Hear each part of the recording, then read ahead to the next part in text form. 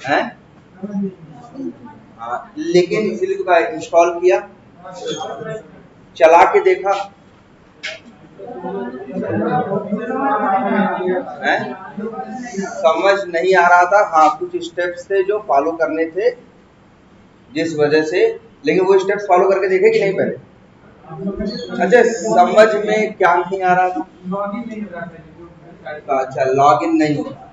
अच्छा, पहले तो एक चीज ये दिमाग में रखो कि जैसे यार, पहले तो यार देखो, जो रोशन कह रहा है कि सर इन लोगों को रिक्वेस्ट रिस्पॉन्स नहीं पता है, या एचटीटीपी हमने बताया था ना, एक दिन हमने क्लास ली थी ना जहाँ पे एचटीटीपी रिक्वेस्ट के और रिस्पॉन्स के बारे में क्या किया था, बताया था ना।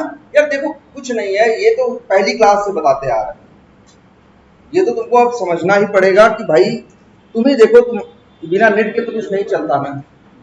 सर्वर है, क्लाइंट हो, क्या करोगे, यहां से क्या भेजोगे, यहां से रिक्वेस्ट जाएगी, वहां से क्या होगा, रिस्पॉन्स आएगा। यही तो, अगर बिना इसके कोई भी वेब एप्लीकेशन हो, कोई भी वेब एप्लीकेशन जो जानते हो ना, जो ब्राउजर में खुलता है वो क्या है, वेब एप्लीकेशन है। तो जो भी कोई भी अगर वेब एप्लीकेशन है तो सिंपल से इसी फंडे में बना हुआ है, किस पे, रिक्वेस्ट और रिस्पॉन्स। इसको बोलते भी हैं क्या, क्लाइंट सर्वर आर्किटेक्चर। तो क्लाइंट, कई क्लाइंट होते हैं और एक क्या होता है, सर्वर होता है। और क्लाइंट क्या भेजते हैं, रिक्वेस्ट भेजते हैं, सर्वर क्या देता है, रिस्पॉन्स देता है, यही होता है ना। अब जो ये रिक्वेस्ट और रिस्पॉन्स, अच्छा ये बताओ, इसी क्रोम से हम कोई भी साइट यूज कर लेते हैं ना। देखो, चाहे फेसबुक हो, चाहे जो हो, हम खोल लेते हैं, नहीं खोल लेते, इसी क्रोम पे हम फेसबुक भी खोल लेंगे, अमेजन भी खोल लेंगे, जीमेल, कोई भी दुनिया का वेब एप्लीकेशन का वेब बेस्ड सॉफ्टवेयर है, हम उसको यहाँ चला लेते हैं। इस बात से सब लोग एग्री करते हो? सब लोग, भाई देखो, दुनिया में जितने भी सॉफ्टवेयर बने हैं सब तुम इसी पे चलाते हो कि नहीं, क्रोम पे। ये जो तुम्हारे सामने क्रोम है, ये क्या है, ध्यान से समझना। अगर हम यहाँ इस पे क्लिक करें, स्टोर पे, ये स्टोर वाला पेज खुल गया ना। इसके लिए क्या होगा, ये इसी क्रोम ने, जो कि क्या है, क्लाइंट है, इसने क्या भेजा होगा, रिक्वेस्ट, और इसके बाद सर्वर ने क्या भेजा होगा, रिस्पॉन्स। और ये क्रोम ऐसा सॉफ्टवेयर है जो वेब बेस्ड एप्लीकेशन के लिए क्लाइंट का काम करता है। किसका, क्लाइंट का। हम लोग क्या है, क्लाइंट है। जो एक वेब बेस्ड एप्लीकेशन को, सॉफ्टवेयर को यूज कर रहे हैं, वो क्या है, क्लाइंट है। हजारों लोग, लाखों लोग क्या है, क्लाइंट है। तो क्लाइंट है और एक है क्या, सर्वर। अब क्लाइंट और सर्वर आपस में बात कैसे करें, इसीलिए इन लोगों ने एक सॉफ्टवेयर बना दिया, क्या, गूगल क्रोम। इसको बना दिया क्या, Google Chrome, internet explorer, Mozilla Firefox, इस तरह से करके कई क्या, इनको उनकी कैटेगरी के सॉफ्टवेयर के लिए वर्ड इस्तेमाल किया गया, क्या, वेब ब्राउजर। इन्हें क्या कहा गया, वेब ब्राउजर। ये क्लाइंट है, ये क्या है, क्लाइंट है। ये रिक्वेस्ट भेजते हैं, जैसे कि देखो, इसी के सहारे तो रिक्वेस्ट भेजी। हम गए, ए पावर्स ऑफ अनलिमिटेड, ये लिंक है ना, क्लिक किया ना, ध्यान से देखो, पहचान देखो, क्लिक करोगे, ये देखो ऊपर घूमा कि नहीं घूमा, ये घूम रहा है ना। इसका मतलब क्या है, ये रिक्वेस्ट भेजता है, फिर रिस्पॉन्स आने का क्या करता है, वेट करता है। जब तक आता नहीं है तब तक ये क्या करता है, घूमता है। जब रिस्पॉन्स आ जाता है तो घूमना क्या कर देता है, बंद कर देता है। ये एक सॉफ्टवेयर है जो क्लाइंट यूज करते हैं। हम तुम जितने दुनिया के कस्टमर है भाई, अगर मान लो लैपटॉप है, तुमको फ्लिपकार्ट यूज करना है, तो तुम्हें किसकी जरूरत है, ऐसे तो फ्लिपकार्ट यूज नहीं कर सकते। सबसे पहले तुम्हें जरूरत पड़ेगी किसकी, क्रोम की, या ऐसे किसी सॉफ्टवेयर। ठीक है। और ये क्या भेजता है, रिक्वेस्ट भेजता है, और ये रिस्पॉन्स भेजता है। और ये सॉफ्टवेयर जो गूगल क्रोम है, जो वेब ब्राउजर है, ये ऐसा नहीं सिर्फ फ्लिपकार्ट के लिए काम करता है, दुनिया का कोई भी एप्लीकेशन हो उसके लिए काम करता है। जरा सोचो। तो भाई बताओ, यहां से डेटा जा रहा है, वहां से डेटा आ रहा है, तो सीधी बात है, क्या हो रहा है, डेटा यहां से, भाई क्या हो रहा है, यहां से रिक्वेस्ट जा रही है और वहां से रिस्पॉन्स आ रहा है। कुछ तो नियम होगा, कुछ तो नियम होगा। बात नंबर 1 सोचो जरा। बात नंबर 2, नियम ऐसे, जो नियम होगा उसको सबको मानना होगा। ऐसा नहीं कर सकता कि फ्लिपकार्ट कहे भैया हम अलग नियम से चले और क्रोम कहे वो सॉरी अरे ये अमेजन बोले हम अलग नियम से चले, फेसबुक बोले हम अलग नियम से चले, तब तो फिर सबके लिए क्या चाहिए होंगे, अलग अलग वेब ब्राउजर चाहिए होंगे। तब तो ऐसे हो जाता कि भैया फ्लिपकार्ट से सामान खरीदना है, सबसे पहले एक ब्राउजर है वो डाउनलोड करो, उसको इंस्टॉल करो, तब उसके ऊपर किसके लिए चलाओ, फ्लिपकार्ट के। सारी दुनिया की सारी साइटें ऐसे ही बिहेव करती हैं, तो कुछ तो नियम होगा। इसी देखो नियम ही तो है, इसीलिए वर्ड एक इस्तेमाल होता है। क्या ये वर्ड याद रखो भाई, प्रोटोकॉल। प्रोटोकॉल का मतलब क्या होता है, जैसे अगर यहाँ पे प्राइम मिनिस्टर आए तो इसके कुछ नियम है कि वो आएगा तो उसके लिए पहले इतनी व्यवस्था होगी, उसके लिए ये चीज की जाएगी, यहाँ से कोई आदमी हो सकता है जिले का डीएम यहाँ से उसे क्या करने जाएगा, रिसीव करने जाएगा, तो वो क्या है, प्रोटोकॉल। कुछ नियम है जो फॉलो होते हैं, वो ऐसा नहीं इसी प्राइम मिनिस्टर के लिए है उसके लिए है, सबके लिए सेम ही। वैसे ही यहाँ है, प्रोटोकॉल वर्ड यहीं से आया, इसीलिए एक प्रोटोकॉल बनाया गया कि कैसे चीजों का लेन देन होगा, कैसे चीजें क्लाइंट से जाएंगी सर्वर के पास और कैसे सर्वर से आएंगी क्लाइंट के पास, इसीलिए वर्ड तो आया HTTP। बोला था ना, क्लास में बताया था ना यार, इन सब की नोट्स बनाओ भाई। ये ऐसे तुम बिहेव नहीं कर सकते, इसलिए तो क्लास में चीजें बता रहे हैं, ऐसे बिहेव नहीं कर सकते तो तुमसे पूछ ले कि HTTP तो तुम जानते ही नहीं, ये जनरली सबको पता हो गया। अब ऐसी चीजें नहीं कर सकते, ये जो भी क्लासेस में ये इंग्लिश के वर्ड्स हैं या जो चीजें हैं वो भैया कलेक्ट करो, ये वो टर्मिनोलॉजी है जो तुम्हारी इंडस्ट्री में यूज होने वाली। अब पूछे तुम्हें कहोगे ये क्या होता है, तो सामने वाले को थोड़ा सा अजीब लगेगा, डाउट होगा, या इंटरव्यू में ऐसी किसी छोटी चीज का जवाब नहीं दे पाए, वो नहीं लेगा। इसलिए ये वर्ड एकदम मैटर करेंगे। HTTP है hyper text transfer protocol. Transfer word आ रहा है ना यार, क्यों बताओ, क्लाइंट से डेटा सर्वर के पास जा रहा है, सर्वर से क्लाइंट के पास आ रहा है, तो चीजों का ट्रांसफर हो रहा है ना, इसीलिए क्या है, हाइपर टेक्स्ट ट्रांसफर प्रोटोकॉल। इसी के थ्रू क्लाइंट और सर्वर के बीच में बात होती। ये तो जानते हो, ये तो यूज कर रहे हो ना। अब देखो, एक HTTP होता है बताया था, और एक क्या होता है, HTTPS, है ना। यहाँ पे S का मतलब होता है सिक्योर, सर्वर नहीं, सिक्योर। यहाँ जो डेटा का क्या होता है, ट्रांजैक्शन होता है, ट्रांसफर होता है यहां से वहां या वहां से यहां, वो डेटा जो होता है डेटा की तरह होता है, जैसा डेटा है वो है। तो रास्ते में उस डेटा को कोई, भाई डेटा भी क्या ऐसे थोड़ी डेटा यहां से वहां भाग जा रहा है। भाई देखो तुम्हारे कहां पे है, ये लैपटॉप पे है, लैपटॉप से कहां पहुंच रहा है भाई, देखो लैपटॉप से मोबाइल पे पहुंच रहा है, मोबाइल से टावर में पहुंच रहा है, टावर से उनके वहां सर्वर पहुंच रहा है, वहां से वो अमेरिका पहुंच रहा है। तो ये सब जुड़ा हुआ है ना, एक नेटवर्क है ना। तो जगह जगह की, अब अच्छी नेटवर्क में ये बताओ, अच्छा इंटरनेट बिना यहाँ मोबाइल से काम करेगा, क्यों, क्योंकि इंटरनेट को पकड़ने के लिए इसमें एक राउटर जैसी डिवाइस है, या जो लोग वाईफाई लगवाते हो तो क्या लगवाते हो, राउटर लगवाते हो ना। तो जगह जगह के नेटवर्क से होके डेटा आता जाता है ना, और डिवाइसेस से होके आके, अगर डेटा ऐसा हो जो सिक्योर ना हो, तो रास्ते में उसे कोई क्या कर सकता है, हैक कर सकता है, पढ़ सकता है। तुम यार सिक्योर इंफॉर्मेशन दे रहे हो ना, तुम सोचो तुम अपना यूजर नेम, पासवर्ड, अपना क्रेडिट कार्ड का नंबर, डेबिट कार्ड का नंबर, क्या डाल रहे हो उसमें, एक्सपायरी और सब कुछ डाल दे रहे हो ना, रास्ते में कोई पढ़ ले तो। इसीलिए एक प्रोटोकॉल और है HTTPS। इसके थ्रू अगर कुछ भी भेजोगे या कुछ भी मंगाओगे, ठीक है, तो जो डेटा यहाँ सर्वर से जो रिक्वेस्ट में क्या जा रहा है, डेटा ही तो जा रहा है।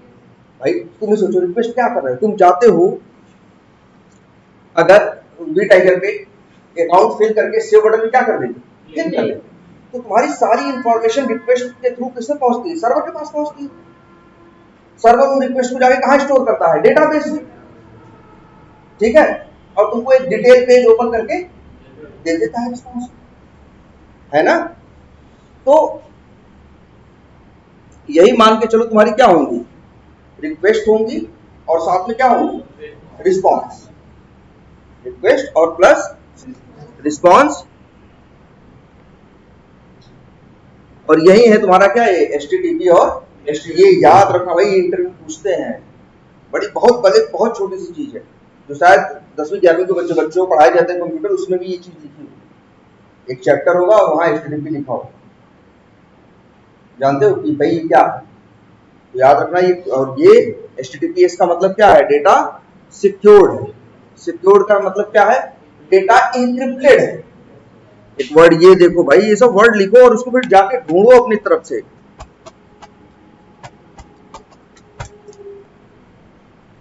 इंक्रिप्शन भी बताया था ना क्या होता है, याद है, कहानी की तरह तुम लोग सुनते हो। बताओ, इंक्रिप्शन बताया होगा हमने। इंक्रिप्शन का मतलब ये होता है किसी डेटा को जैसे यहां से वहां हम भेज रहे हैं। जैसे पहले क्या होता था, लोग चिट्ठी भेजते थे कि नहीं, यहां से चिट्ठी आती थी, वहां से चिट्ठी जाती थी। अब इसके बाद लेकिन मान लो उस समय भी ऐसी सूचनाएं होती थी जो बड़ी इंपॉर्टेंट हुआ करती थी, रास्ते में कोई भी उससे ले सकता है, या जो चिट्ठी लेके जा रहा है वही जाके किसी को दे दे, मिल जाए। लेकिन चिट्ठी इसलिए ऐसे लिखते थे, हर शब्द का एक वो कोड बना लेते थे। जैसे हर शब्द का क्या बना लिए, कोड। जैसे उन्होंने अपनी भाषा में कर लिया, का मतलब 5, ये मतलब ये। भाई जिसको चिट्ठी लेनी है और जिसको चिट्ठी देनी है, पहले ही वो आपस में मिले और समझ लिए कि भैया हम लोग की चिट्ठी में कोड का मतलब क्या होगा। तो वो कोड क्या है, वो इसके पास भी है और उसके पास भी। इसके बाद वो अपना अलग अलग, जैसे पहले देखो तुम्हें बताओ, जैसे ये होते थे, अरे राजा थे, लड़ते थे, उनके सेनापति हुआ करते थे, वो लोग जाते थे लड़ने के लिए ना, उनके पास कई ऐसे हुआ करते थे जो अलग अलग जगह पे एक टाइम पे क्या कर लड़ा करते थे। कहीं लड़ रहे होते थे नई जगह के लिए, कहीं कोई विद्रोह हो रहा था उसको शांत करने के लिए। तो बताओ, राजा के बीच में और सेनापति के बीच में सूचना होती होगी ना, युद्ध लंबे चलते थे 2-2 4-4 महीने, स्ट्रेटजीज चेंज होती होंगी ना। कैसे, जब जा रही है तो रास्ते में वो क्या हो सकती है, वो स्ट्रेटजी लीक हो सकती है। स्ट्रेटजी लीक हो गई, आप लड़ाई वैसे ही हार गए। तो सोचो, वो लोग आपस में, राजा और सेनापति जब वो जा रहा है उसको पहले ही उनका आपस में डिसाइड हो गया, देखो हमारे तुम्हारे बीच में कोड रहेगा। कोड क्या रहेगा, अगर 15 रहेगा तो उसका मतलब क है, 25 रहेगा तो उसका मतलब क्या है, ख है। ऐसे करके उन्होंने अपने हिसाब से कोड क्या कर दिया, बना दिया। अब कोड इसके पास भी है, उसके पास भी। और जब चिट्ठी इसको लिखने हुई राजा को, तो राजा ने जब कमल लिखना था तो लिखा क्या, 15, म का अक्षर था 35, ऐसे करके वो चिट्ठी क्या किया, हाँ चिट्ठी क्या किया, लिख दिया और दे दिया। अब सब बीच वाला क्या, अब वो क्या हो गई, अब इसी को बोलेंगे, वो क्या हो गई, इनक्रिप्ट हो गई। क्या हो गई, इनक्रिप्ट हो गई। इंफॉर्मेशन है उसमें, लेकिन ऐसी है जिसको बीच वाला समझ नहीं सकता, और डेटा वहां गया। तो इसीलिए वर्ड आता है क्या, इनक्रिप्ट। भाई ये हम लोग करते हैं अपने यूजर नेम और पासवर्ड, तो सिक्योर चीजें हैं ना, ऑटोमेशन चल रहा है। जैसे यूजर नेम पासवर्ड एडमिन डाल देते हो ना, हर जगह नहीं डालते हैं, हम लोग नहीं डालते हैं। एडमिन की जगह देखोगे मेरा यूजर नेम तो इतना बड़ा दिखाई देगा, जबकि यूजर नेम उतना ही है। क्योंकि वो क्या करेगा, हम लोग यहाँ पे भी यूज करते हैं, बताएंगे, इसके लिए क्लास होती है जो तुम्हारे डेटा को क्या कर देती है, इनक्रिप्ट कर देती है।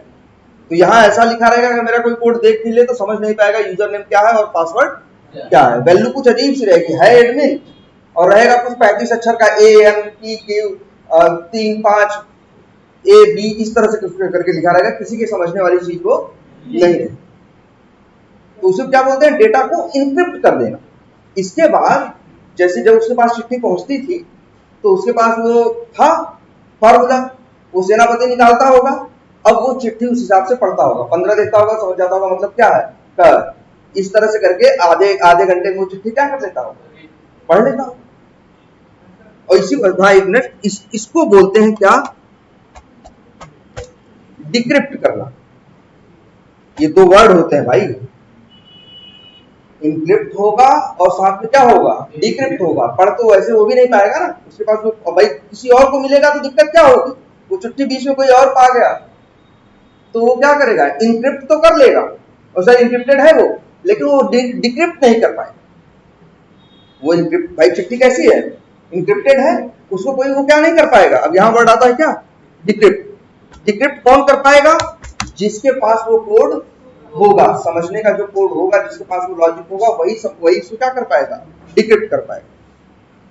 ठीक है, तो हम लोग इंक्रिप्ट करते हैं और क्या करते हैं, डिक्रिप्ट करते हैं।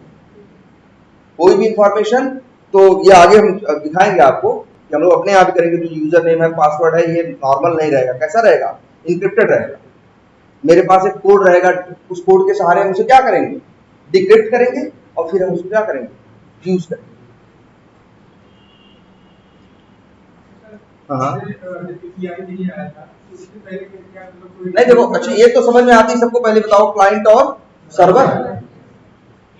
जब एपीआई नहीं आया था और जब एपीआई आया तो अगर तुम पूछोगे एक मैनुअल टेस्टर से, मैनुअल टेस्टर जो कि क्या कर रहा है, टेस्ट केस लिख रहा है और चला के कर रहा है, किसके लिए, यूआई के लिए, जिसे हम लोग क्या बोलते हैं जनरली, याद रखो भाई, फंक्शनल टेस्टर या मैनुअल टेस्टर जिसे बोलते हैं। वो क्या करता है भाई, वो फंक्शनल टेस्टिंग करता है। तुम लोग जो सीखे हो, तुम लोग क्या कर सकते हो, अभी तुम लोग क्या फंक्शनल या एक तरह से वर्ड इस्तेमाल करें क्या, यूआई क्या कर सकते हो, अब ऑटोमेशन भी कर सकते हो, मैनुअल भी कर सकते हो और प्लस क्या कर सकते हो, ऑटोमेशन भी कर सकते हो। दोनों काम कर सकते हो कि नहीं।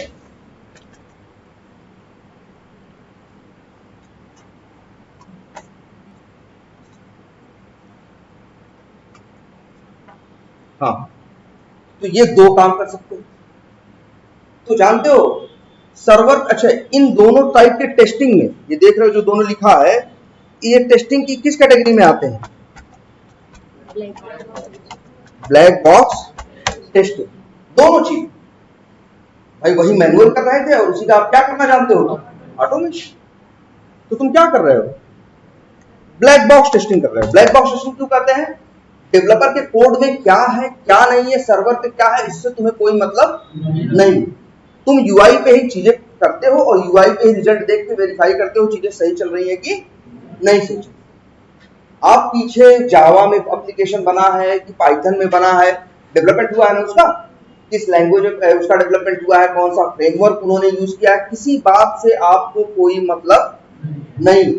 आपको इतने से मतलब है, आपको ब्राउजर लॉन्च करना है, ब्राउजर पे चीजें करनी है और ब्राउजर पे उसका क्या देखना है, रिजल्ट देखना है, सही आ रहा है कि नहीं, काम सही से हो रहा है या नहीं। ये सिर्फ आपको, तो एक हम चलिए समझो, एक मैनुअल टेस्टर को पता ही नहीं कभी होता था कि, बस उसको इतना पता था एक बात कि पीछे एक सर्वर है जिसका काम क्या करना है, रिस्पॉन्स देना, और उसको इतना ही बात पता है जो कोई डेटा हम यहाँ से भेजेंगे, जैसे अकाउंट बना रहे डेटा भेज रहे हैं, तो जाके डेटाबेस में क्या होगा, स्टोर होगा, और क्या होगा, और ज्यादा से ज्यादा ये होगा, हम कोई रिक्वेस्ट करेंगे तो वहां से डेटा आएगा।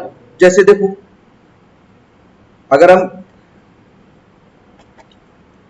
भाई ये देखो भाई, एकदम पहले इस क्लास को ध्यान से देखना, इसके सारे वर्ड्स एकदम समझ लेने।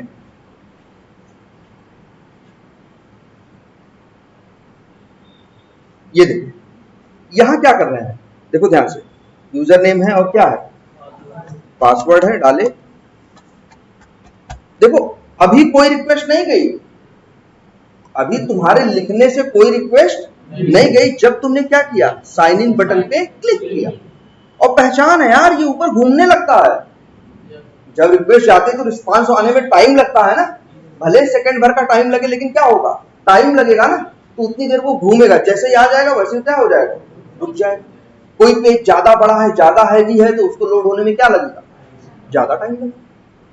देखो अब यहां हमने किस पर क्लिक किया, साइन इन पे, अब रिक्वेस्ट जाएगी। अब क्या जाएगी, रिक्वेस्ट किसके पास जाएगी, सर्वर के पास। क्या जाएगा उसमें, रिक्वेस्ट में क्या रहेगा, यूजर नेम और पासवर्ड। सर्वर लेगा, उसे अपना डेटाबेस में चेक करेगा सही है या गलत है। अगर सही होगा तो क्या करेगा, वो रिस्पांस देगा, आगे बढ़ेगा। गलत होगा तो एरर दे देगा कि भैया यूजर नेम या पासवर्ड गलत है। तो यहां से रिक्वेस्ट गई और वहां से क्या आया, रिस्पांस। तो रिक्वेस्ट में यहां से तुमने डेटा भेजा ना, रिक्वेस्ट में यहां से क्या किया तुमने, डेटा भेजा ना। तो इसीलिए देखो, ये जो देखो रिक्वेस्ट और रिस्पांस पता है ना, तब एक बात ये याद रखना, ये जो रिक्वेस्ट है तुम्हारी मेनली दो टाइप की होती है। गेट और पोस्ट, गेट और पोस्ट। जब तुम ध्यान से समझना, जब सर्वर तुमको वहां से डेटा देता, या ऐसे समझो, जब तुम अपनी तरफ से कोई डेटा भेज रहे हो ना, और कई बार है कि डेटा सर्वर से तुम क्या कर रहे हो, पा रहे हो, कई बार भेजते हो और कई बार पाते हो, वो ही होता है ना। अकाउंट बनाते हो तो भेजते हो, लॉगिन करने के लिए जब क्लिक करते हो तो भेजते हो यूजर नेम और पासवर्ड, तभी तो सर्वर चेक करके बताता है कि भैया तुम्हारा सही है कि गलत। तो जब भेजते हो तो भेजने को क्या बोलते हैं बताओ यार, पोस्ट ना। चिट्ठी वाले डिपार्टमेंट को क्या बोलते थे, पोस्ट बोलते थे ना। पोस्ट का मतलब क्या है, भेजना, सेंड करना। कुछ भेजना मतलब क्या है, पोस्ट। और दूसरी एक चीज और भी हो सकती है कि जब तुम्हें डेटा मिलता हो, जैसे मान लो यहाँ ये मान लो साइन इन हमने कर दिया, ये तो क्या गई, पोस्ट रिक्वेस्ट, और रिस्पॉन्स में पेज आया खुला। पहले ये चीज समझ लो, सब लोग ये वीडियो देख के पहले भैया ये बेसिक बात समझ लो, नहीं समझोगे कैसे, क्या है क्या। देखो ये खुला, अभी पोस्ट रिक्वेस्ट भेजी, रिस्पॉन्स आया, ध्यान से देखो। अब अगर मान लो हमने मार्केटिंग पे क्या किया, क्लिक किया, ध्यान से देखो, हमने कुछ वो नहीं किया, डेटा भेजा नहीं, हमने बस मार्केटिंग पे क्या किया, क्लिक किया। देखो फिर से कर रहा है, मार्केटिंग पे क्लिक कर रहा है, देखो पहले तो ये क्या कर रहा है, ये घूम रहा है, रिक्वेस्ट जा रही है, और फिर रिस्पॉन्स में क्या आ रहा है, रिस्पॉन्स में ये डेटा आ गया। 3-4 जो मार्केट वो बने थे, मार्केटिंग में कैंपेन्स बने थे, वो सामने आ गए। कहां से आए, ये डेटाबेस में रखे हैं। तुमने रिक्वेस्ट भेजी, तुमने कोई डेटा, रिक्वेस्ट के साथ कोई डेटा नहीं भेजा, और उसने रिस्पॉन्स में तुम्हें डेटा ही तो दिखा रहा है। भैया ऐसे तो है कुछ भी फालतू मन किया, 3 चीज दिखा दिया, 3 कैंपेन बने होंगे, इसने 3 यहाँ पे क्या कर रहा है, ये तुमने रिक्वेस्ट भेजी और इसमें रिक्वेस्ट में डेटा नहीं भेजा कुछ, और बस उसने रिस्पॉन्स में डेटा भेजा, तो तुम्हें मिला कुछ ना। इसी रिक्वेस्ट को बोलते हैं क्या, गेट रिक्वेस्ट। तो ये बड़ा सिंपल है समझना। जब भी किसी ट्रांजैक्शन में तुम क्या हो, याद रखो, तुम क्लाइंट हो, तुम क्या हो, क्लाइंट हो। तो अगर किसी भी उसमें रिक्वेस्ट में जब क्लाइंट अपनी तरफ से डेटा नहीं भेजता, तो वो रिक्वेस्ट कैसी होती है, गेट। और जिसमें अपनी तरफ से भेजता है वो क्या होती है, पोस्ट। तो हर यही 2 तो मेन ट्रांजैक्शन है। बताओ और क्या कर रहे, तुम बताओ, कुछ भी हमें करने को बोलो। जैसे ये देखो, सर्च करना है हमें कैंपेन नंबर में, और हमें ये करना है, किसे सर्च करना है, मान लो CAM2 को, और सर्च नाउ बटन पे क्या करें, देखो यहां ये डेटा लिखा कि नहीं लिखा, और फिर सर्च नाउ बटन पे क्या किया, ध्यान से देखो, क्लिक किया, और फिर सर्च होके बस वही डेटा आ गया। क्या हुआ, यहां भी रिक्वेस्ट गई, यहां भी क्या आया, रिस्पॉन्स आया। कौन सी रिक्वेस्ट है, पोस्ट। देखो रिस्पॉन्स तो आएगा ही, चाहे गेट हो और चाहे क्या हो, पोस्ट, रिस्पॉन्स तो आएगा ही। गेट वाली में तुम अपनी तरफ से कुछ भेजोगे नहीं, और पोस्ट वाली में भेजोगे। जैसे यहां से क्या भेज रहे हो, सर्च फॉर भेज रहे हो, और यही से नहीं भेज रहे हो, ये भी भेज रहे हो ना, कि किसमें ये सर्च करना है तुम्हें, कैंपेन नंबर में। कैंपेन नंबर में जिसमें CAM2 वर्ड हो उसको ढूंढ के ले आए। तो 2 डेटा यहां सर्च नाउ पे क्लिक करोगे ना, रिक्वेस्ट में 2 डेटा जाएगा। तब तो सर्वर क्या करेगा, सर्वर फिर डेटा उठाएगा, डेटाबेस में जाके देखेगा ऐसा कौन है जिसका नाम क्या है, CAM2 है, और जो वो है CAM2 है, और किस में है, कॉलम नंबर में। तो वहां से उसको रिजल्ट मिलेगा, उस रिजल्ट को रिस्पॉन्स, उस रिजल्ट को HTML के साथ जोड़ेगा, और रिस्पॉन्स तुम्हारे पास क्या करेगा, भेज देगा। तुम्हारे सामने ये पेज खुल गया। 2 सेकंड के अंदर ये काम हो जाता है। ये कौन सी रिक्वेस्ट है, ये गेट है ना, नहीं सर्च कौन सा है, पोस्ट। जब भी किसी रिक्वेस्ट में तुम कुछ भेजोगे अपनी तरफ से, वो क्या है, पोस्ट। और जब तुम क्या करोगे, सिर्फ पाओगे, तो उसे क्या बोलोगे, गेट।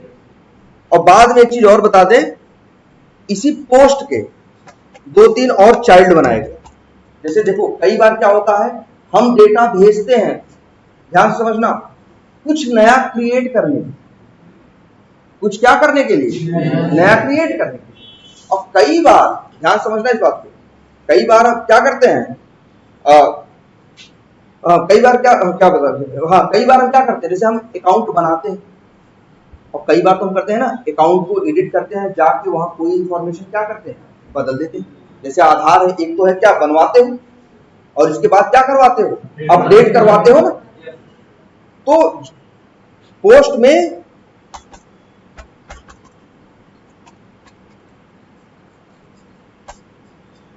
हाँ देखो, जो पोस्ट है तुम्हारा, इसमें तुम्हारे एक चीज क्या हो सकती है कि नया क्या करना, क्रिएट करना, ठीक है। तो पोस्ट से क्या कर सकते हो, नया क्रिएट कर सकते हो। और कई बार ये भी हो सकता है कि क्या कर सकते हो, जैसे नया अकाउंट बना सकते हो या पुराने अकाउंट को क्या कर सकते हो, चेंज कर सकते हो। एक चीज क्रिएट है, एक चीज क्या है, अपडेट। लेकिन है समझ लो ये किसका पार्ट, पोस्ट से। गेट का काम है कोई डेटा यहां से जो भेजना उसका स्टोर वहां न हो। पोस्ट का काम है यहां से जब पोस्ट रहेगा तो यहां से जो डेटा भेजोगे वो डेटा जाके वहां क्या होगा, स्टोर। जैसे अकाउंट बनाते हो, डेटा तुम्हारा क्या होता है, स्टोर होता है। अकाउंट नंबर पे क्लिक करते हो, अकाउंट सारी डिटेल आ जाती है, वहां बस क्या किया तुमने, क्लिक किया और डिटेल आ गई। तो गेट और पोस्ट याद रहेगा, ये समझ लो। तो पहले तो ये भी जान लो, रोल समझ लो।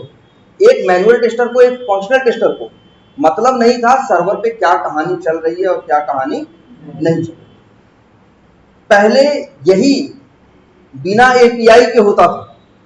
सारे सॉफ्टवेयर पहले कैसे चल रहे थे, बिना एपीआई जैसी कोई चीज नहीं बना रहे थे, वो क्या कर रहे थे, ऐसे ही चला रहे थे, तब भी चल रहा।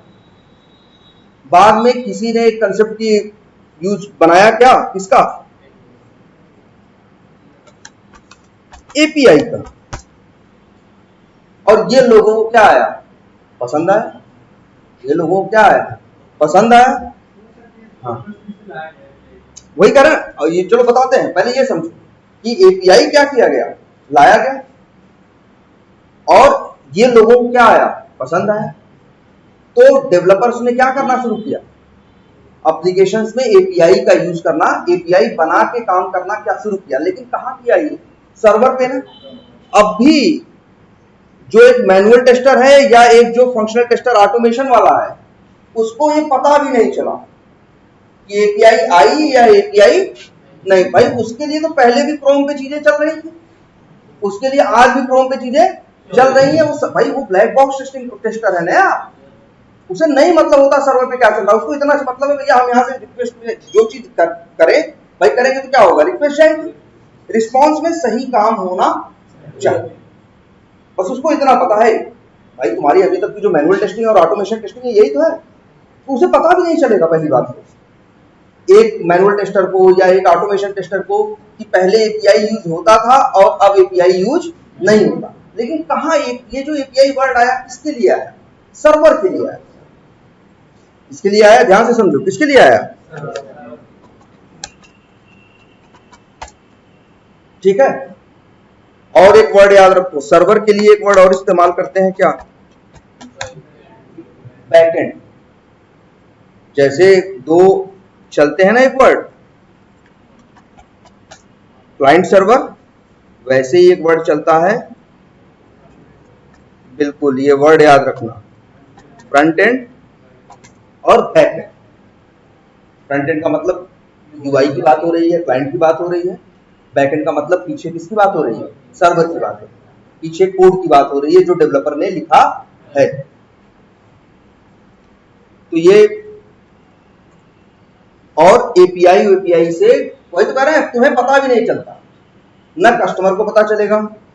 कस्टमर भाई कोई सॉफ्टवेयर यूज करता है तो उसे मतलब होता है कि जावा में बना है कि किसमें बना है, वो तो बस यूज करता है ना अपने काम के लिए। तो कस्टमर को भी नहीं पता होगा किस लैंग्वेज में बना है, क्या कोड यूज किया है, क्या टेक्नोलॉजी यूज किया है, कस्टमर को इस बात से कोई मतलब नहीं।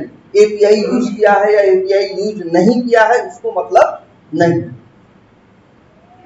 तो कस्टमर को भी कोई फर्क नहीं पड़ता पीछे वो क्या कर रहे हैं, मैनुअल टेस्टर को भी कोई फर्क नहीं पड़ता पीछे वो क्या कर रहे हैं, और प्लस ऑटोमेशन टेस्टर को भी कोई फर्क नहीं पड़ता वो पीछे क्या।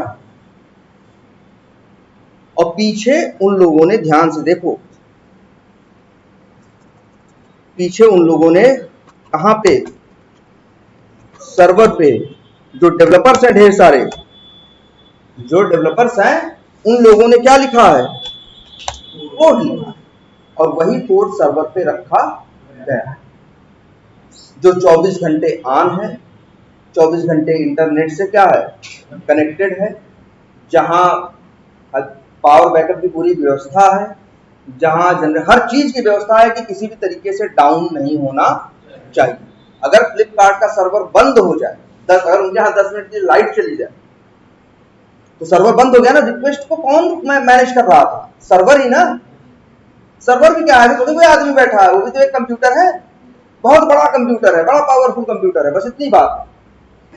कई कंप्यूटर्स को जोड़ के बनाया गया है बहुत बड़ा कंप्यूटर, सर्वर समझ लो वही है। तो वो बंद हो गया तो कोई क्लाइंट उसको यूज नहीं कर पाएगा। कोई भी अपना अपना सॉफ्टवेयर बनवाता है तो जहां पे सर्वर के लिए करवाता है तो वो क्या होना चाहिए, वहां 24 आवर्स का हमेशा क्या होना चाहिए, बैकअप होना चाहिए, और इंटरनेट क्या होनी चाहिए, कनेक्टिविटी होनी चाहिए। कुछ भी हो जाए इंटरनेट की कनेक्टिविटी बंद ना हो, इतने उनके पास बैकअप प्लान से पूरे हो तब जाग नहीं। अगर ऐसा नहीं हुआ तो क्या होगा,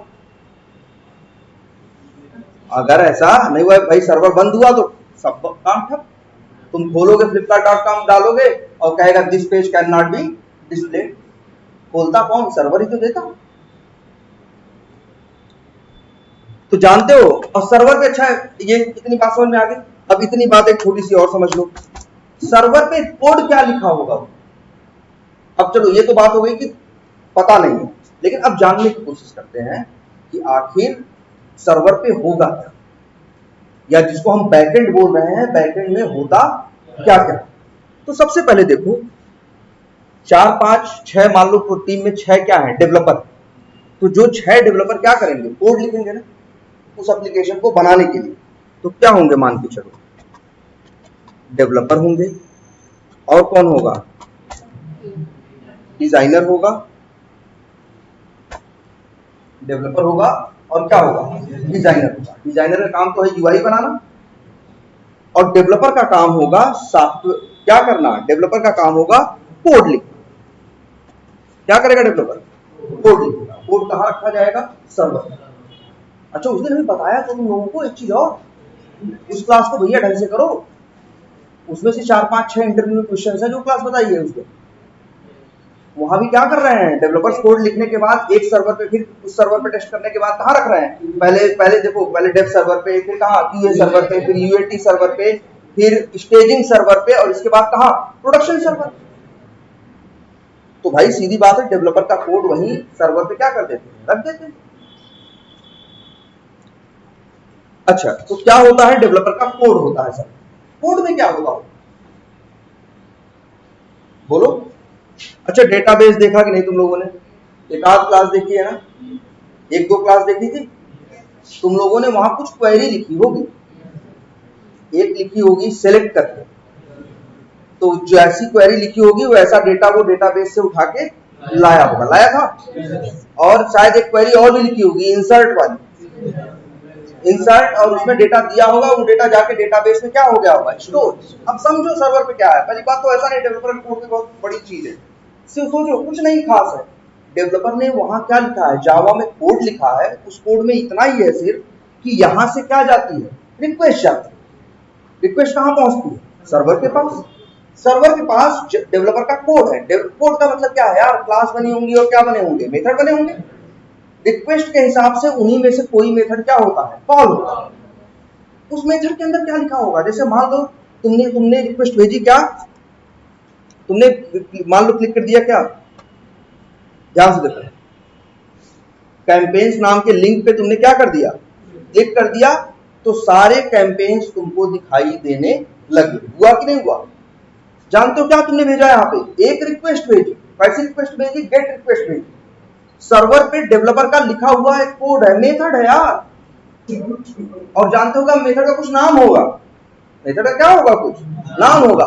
वो कैंपेन का डेटा ले आएगा ना, तो हो सकता है नाम रख दिया हो गेट कैंपेन डेटा, या नाम वो रख दिया हो क्या XYZ।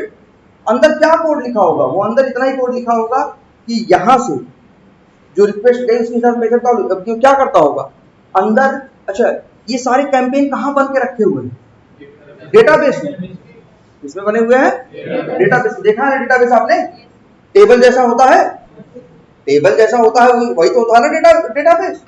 तो सारा डेटा कहाँ रखा है, डेटाबेस में। तो जानते हो डेवलपर के कोड में क्या लिखा है, डेवलपर के कोड में ये लिखा है कि डेटाबेस को एक क्वेरी चलाओ। तो वो क्वेरी चलाता है क्या, सेलेक्ट स्टार फ्रॉम कैंपेन। तो वो जाता है डेटाबेस से सारा डेटा उठ के, जितने कैंपेन बने होते हैं उठ के क्या होते हैं, चले आते हैं, और उसी डेटा को उसके साथ HTML के साथ मिलाता है, हाँ, और रिस्पॉन्स में क्या कर देता है, भेज देता। बोलो, यही तो है। जरा सोचो, डेवलपर का कोड इतना ही करता है। अच्छा, तुम लोग क्या करते हो बताओ। अच्छा, ये प्लस कर रहे हो ना, ये कैंपेन बना रहे हो ना, जरा देखो, हमने न्यू पे क्लिक किया, देखो अभी रिक्वेस्ट जा रही है, रिस्पॉन्स में क्या आएगा, कैंपेन का पेज खुल के आएगा। आ गया, आने के बाद यहां हमने क्या डाला, कैंपेन नेम डाला, कैंपेन स्टेटस सेलेक्ट किया, एक्टिव, टारगेट XYZ है, और टारगेट साइज 50, बजट कॉस्ट 70, इस तरह से इंफॉर्मेशन डाली। ध्यान से देखो, सेव बटन पे क्या किया, क्लिक किया, क्या बनी है, रिक्वेस्ट बनी। ध्यान समझना, क्या बनी है, रिक्वेस्ट बनी, और उस रिक्वेस्ट में ये सब इंफॉर्मेशन है कि नाम ABCD है, कॉस्ट 70 है, और ये क्या कहते हैं, टारगेट साइज 50 है, फलाना दिमागा इतना है। इस तरह से करके भाई सेव करोगे क्या होगा, ये 6-7 इंफॉर्मेशन है कि नहीं। अब ये सारी इंफॉर्मेशन जाएगी रिक्वेस्ट में, कहां पे, सर्वर के पास। सर्वर में डेवलपर ने कुछ नहीं किया होगा, बहुत बड़ा काम, अरे जावा मेथड बनाया होगा यार, यही इफ का यूज करके, यही वेरिएबल का यूज करके, यही नॉन स्टैटिक मेथड का यूज करके, यही नॉन स्टैटिक वेरिएबल का यूज करके उसने कोड लिखा। कोड में क्या लिखा होगा, कुछ नहीं। ये 7-8 इंफॉर्मेशन जो उसके पास गई ना, वो क्या करता होगा, 7-8 इंफॉर्मेशन को लेता होगा, और इसके बाद एक क्वेरी है ना, इंसर्ट, हाँ, और 10 डेटा दे दो, इनटू क्या टेबल करके होती है ना, इंसर्ट, हाँ, इनटू टेबल करके, और टेबल का नाम दे दो, तो सारा डेटा वहां जाके क्या हो जाता है, इंसर्ट हो जाता है। तो बस एक सेलेक्ट की एक कौन सी इंसर्ट की क्वेरी चलती है उसके कोड में, वो जाती है, क्या करती है, डेटाबेस में डेटा डालती है, और फिर रिस्पॉन्स में एक पेज में ये डाल के भेज देता है, कुछ एस्टिमेट डाल के कि आपकी चीज क्या हो गई है, कैंपेन क्रिएट हो गया है, या कैंपेन क्या हो गया, सेव हो गया। यही कोड लिखा है डेवलपर ने, और क्या लिखा होगा बताओ। जैसे तुम कहीं पेमेंट करते हो, ध्यान से समझो, जैसे मान लो तुमने क्या किया, तुमने ये, अरे फ्लिपकार्ट पे गए पेमेंट कर किसी सामान का दाम मान लो 100 रुपया था, GST उसमें मान लो कितना था, 15 था, वैट मान लो उसमें कितना था, 2 रुपया था, फलाना फलाना करके, ऐसे करके ढेर सारा होता है कि नहीं होता। ठीक है, ये चीज है। जब टोटल बटन पे क्लिक करते हो तो सारा टोटल तुमको दिखा देता है कि इतना पैसा। कैसे, यहां से क्या गई, जैसे टोटल बटन पे क्लिक किया, यहां से क्या गई, रिक्वेस्ट गई। सारी चीजें डेटाबेस में है या जो भी है, ठीक है, और उसको अगर ले आना है तो ले आएगा।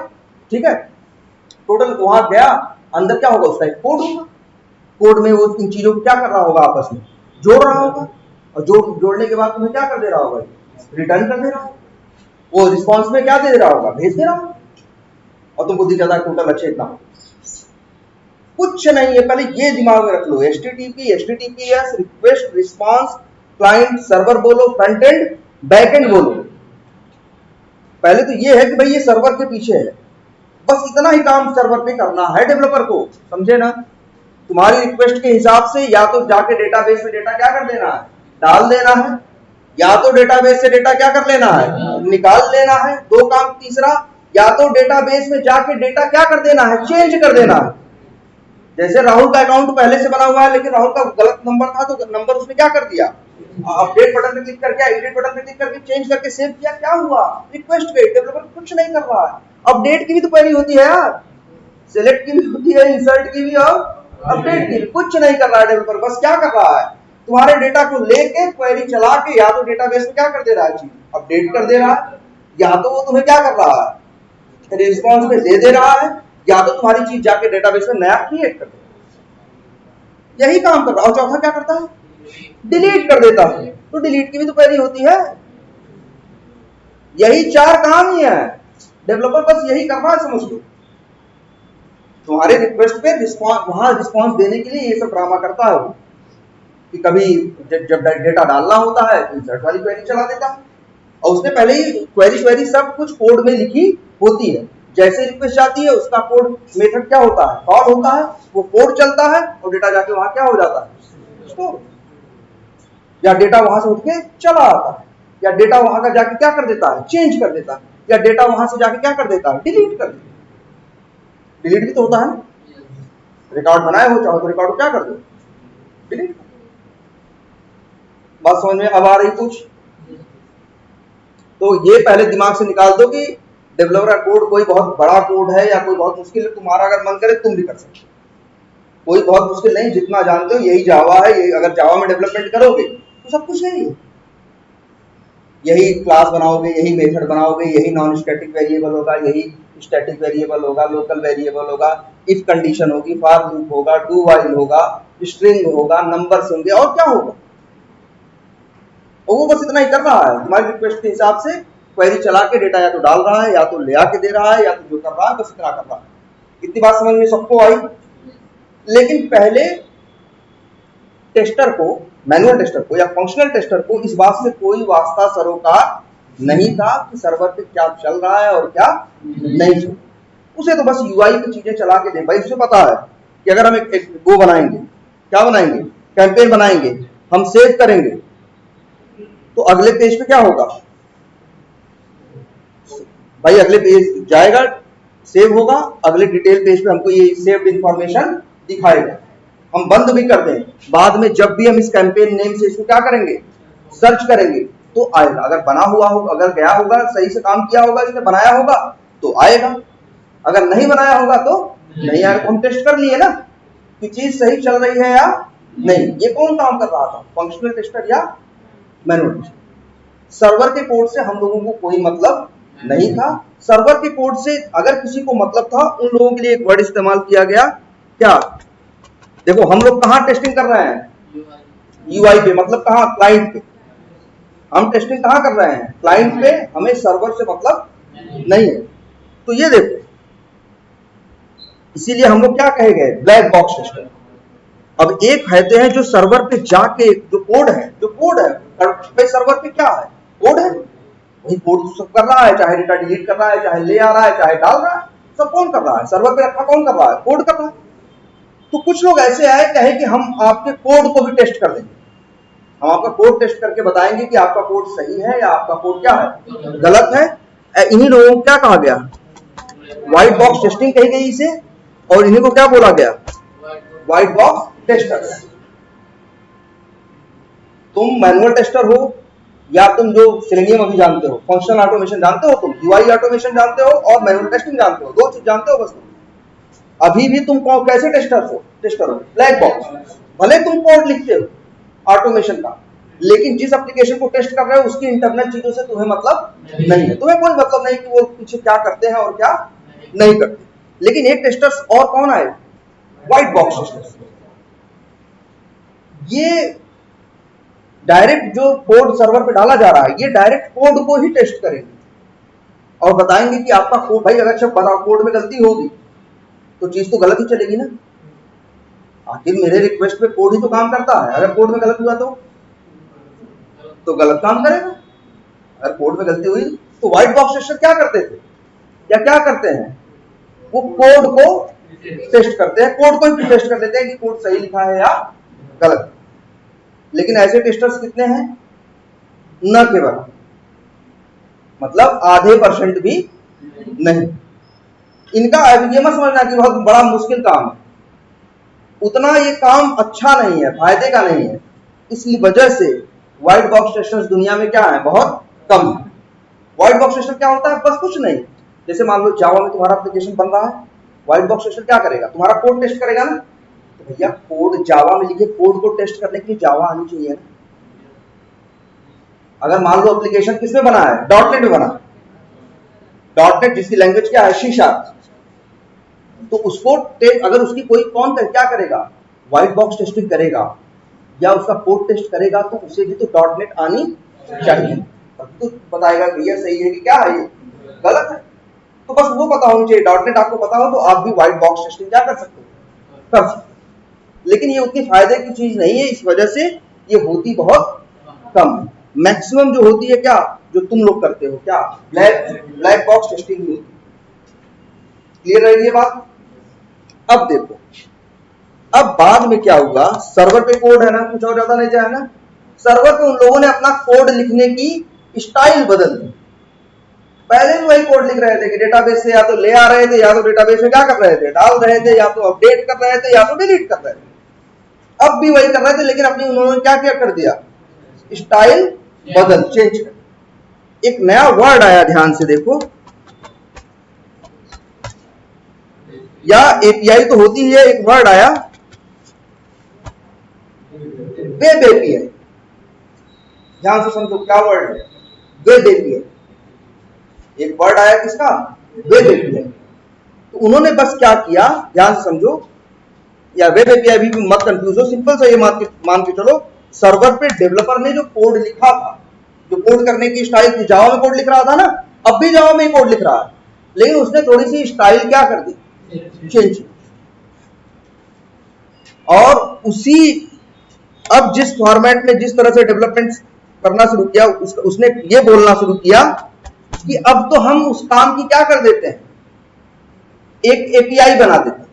अरे पहले भी क्या काम था बताओ, पहले भी काम था ना कि सारी इंफॉर्मेशन डालो अकाउंट की, और सेव बटन पे क्या करो, क्लिक करो, तो जाके वहां इंफॉर्मेशन क्या हो जाएगी, सेव हो जाएगी। पहले भी ये हो रहा था, ठीक है, पहले भी एक डेवलपमेंट ने कोड लिखा था। अब उन्होंने बस क्या किया, कोड जो लिखना था उसको एपीआई के फॉर्मेट में, एक तरीका था, उस तरीके से लिखना क्या कर दिया शुरू। तो पहले भी यही हो रहा था क्या, अकाउंट बन रहा, अब भी अकाउंट बन रहा है, पहले भी सर्वर का ही कोड कर रहा था, अब भी सर्वर का ही कोड कर रहा है। बस क्या है, पहले जो सर्वर का कोड था, उन लोगों ने जो डेवलपमेंट किया था उसमें एपीआई यूज नहीं किया, एपीआई का फॉर्मेट यूज नहीं किया, अब करना शुरू। ध्यान से समझो, इसीलिए मैनुअल टेस्टर के ऊपर कोई फर्क नहीं पड़ा, ऑटोमेशन टेस्टर के ऊपर कोई फर्क नहीं पड़ा। लेकिन अच्छा, एपीआई से उसने किया क्या, यही सब काम, कौन सी, अकाउंट बनाना, अकाउंट क्या करना, डिलीट करना, बस कुछ नहीं, समझो वही कोड है, जावा का ही है, वही डेटाबेस यूज कर रहा है, सब कुछ, बस कोड करने की स्टाइल को क्या कर दी, चेंज कर। उसने पहले क्या किया था, हर काम करने के लिए, ध्यान सुनो, पहले क्या किया उसने, हर काम करने से एक मेथड बनाया था, अकाउंट बन रहा है ना, रिक्वेस्ट जा रही है ना, वहां सर्वर पे रखना क्या है, सर्वर पे कोड एक मेथड है, क्रिएट अकाउंट नाम का, जो भी जान क्या कर रहा है, अकाउंट बना देते हैं, वही मेथड चल रहा था ना। अब जानते हो क्या हो रहा है, पहले भी मेथड था, अब भी मेथड, अब बस जो तुम यहाँ से रिक्वेस्ट भेजते हो, अब उन लोगों ने क्या किया, उसी मेथड को, वही कोड उठा के एपीआई में क्या कर दिया, डाल दिया, एपीआई के फॉर्मेट में उसी कोड को क्या कर दिया, डाल दिया। और अब भी तुम क्या कर रहे हो, वही काम, अभी तुम क्या कर रहे हो, वही काम, अब भी अकाउंट क्रिएट कर रहे हो, सब कुछ कर रहे हो, पहले एपीआई नहीं तब भी कर रहे थे, आज एपीआई है तब भी काम। कितनी बात समझ में आई, बस ये कुछ नहीं है, उन लोगों ने क्या किया, अपना हर काम को करने के लिए, पहले सिर्फ मेथड था, अब हर काम करने के लिए एपीआई बनाते हैं, एपीआई के अंदर मेथड कॉल होता है। तो ये तो वही है ना, तुम कहोगे सर बीच में एक चीज और घुसा दी ना, पहले क्या था, अरे पहले रिक्वेस्ट जा रही थी, सर्वर पे कोड था, मेथड डायरेक्ट चल के काम कर रहा, अब क्या हो रहा है, मेथड के साथ डायरेक्ट कोड, मेथड डायरेक्ट नहीं चल रहा, वो कोड आ रहा है किसके पास, पहले एपीआई के पास, और एपीआई उस मेथड को क्या कर रहा है, चला। एपीआई उस मेथड क्या कर रहा है, चला रहा, बस इतना होगा, ठीक है। और एपीआई क्या कर रहा है, ध्यान दो, एपीआई क्या कर रहा है, मेथड क्या कर रहा है, चला रहा है, कॉल कर रहा है। एपीआई क्या कर रहा है, मेथड को कॉल कर रहा है, या मेथड क्या कर रहा है, चला रहा है, मेथड चलता है, मेथड दो काम करता है, या तो मेथड कुछ क्रिएट कर रहा होगा, या तो मेथड कुछ लेके आ रहा होगा। ध्यान से सोचो, अगर तुम्हारा एक मेथड, कौन सा मेथड, जैसे तुम्हारा एक मेथड ये हो, अगर अरे यार क्रिएट अकाउंट का, ये मेथड कैसा होगा, मेथड दो टाइप के होते हैं ना, या तो रिटर्न करते हैं या तो नहीं करते, तो ये मेथड कैसा होना चाहिए, जो क्रिएट अकाउंट नाम का मेथड हम कह रहे हैं, सर्वर पे कोड लिखा होगा डेवलपर ने ना, रिक्वेस्ट आती है, अकाउंट क्रिएट कर देता है, वो मेथड बनाया होगा ना यार, वो मेथड कैसा होगा, वाइड होगा या रिटर्न करने वाला, वाइड होगा। तुम कर क्या रहा हो, तुम्हारा मेथड क्या कर रहा है, डेटा लेके जाके डेटाबेस में क्या कर दे रहा है, स्टोर कर दे रहा है। एक ऐसा मेथड जो डेटाबेस से डेटा लेके आ रहा होगा, क्या करेगा, वो देख लो देगा डेटा, डेटा बाहर कैसे मिलेगा, वो क्या कर देगा, रिटर्न कर देगा। हम कह रहे हैं अगर तुम क्रिएट अकाउंट बनाओगे तो कैसा बनाओगे, वाइड बनाओगे, क्योंकि उसमें तुम्हें ले नहीं आना है, तुम्हें क्या कर देना है, बना देना। एक जगह तुम्हें ले भाई रिटर्न का कंसेप्ट, देखो दो कंसेप्ट होते थे ना, आर्गुमेंट और रिटर्न।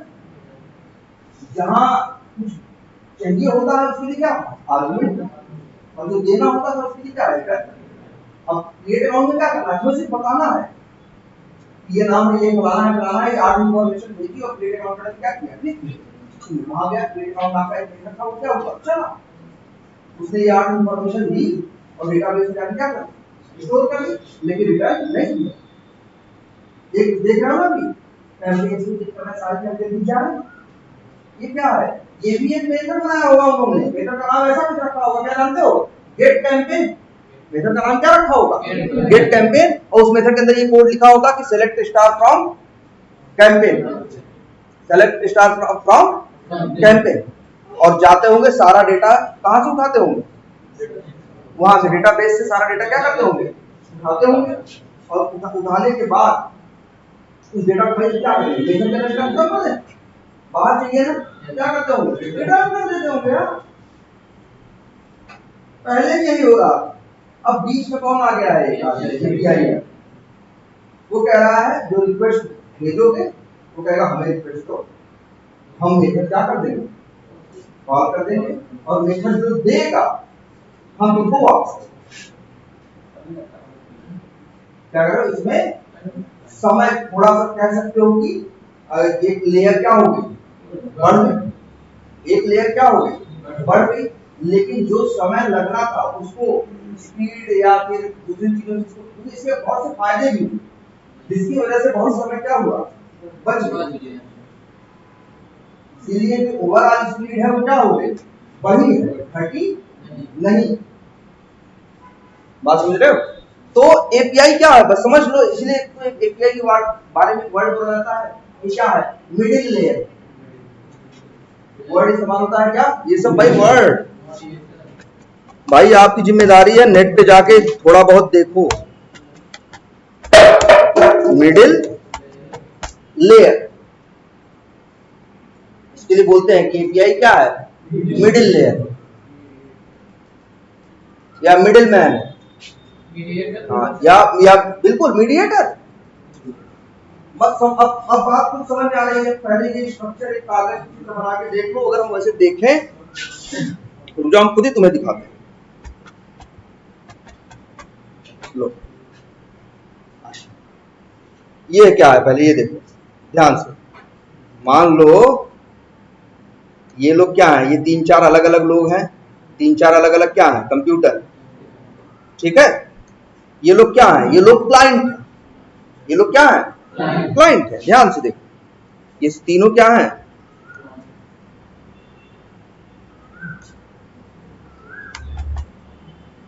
क्लाइंट है, और एक पीछे, यहां तीन नहीं, जानते हो ना फ्लिपकार्ट को कितने लोग यूज कर रहे हैं, लाखों करोड़ों लोग एक साथ यूज कर रहे हैं, लाखों लोग, तो वहां लाखों क्लाइंट है और एक क्या है, सर्वर,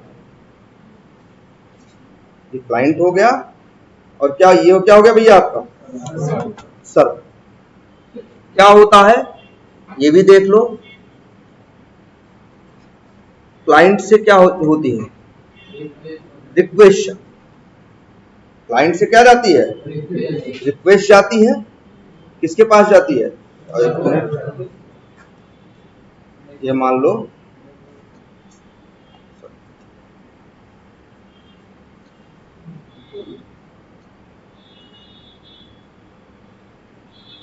ये मान लो क्या है तुम्हारा सर्वर।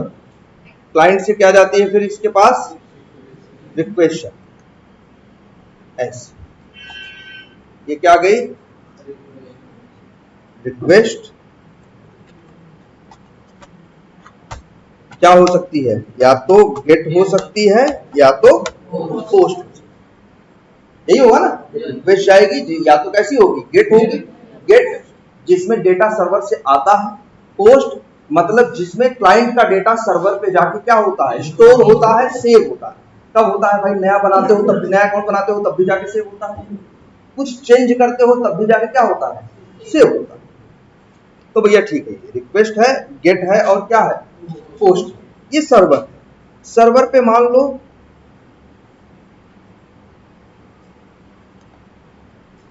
ये क्या है? एक तरह से बीच में, चलो ये भी बना देते हैं।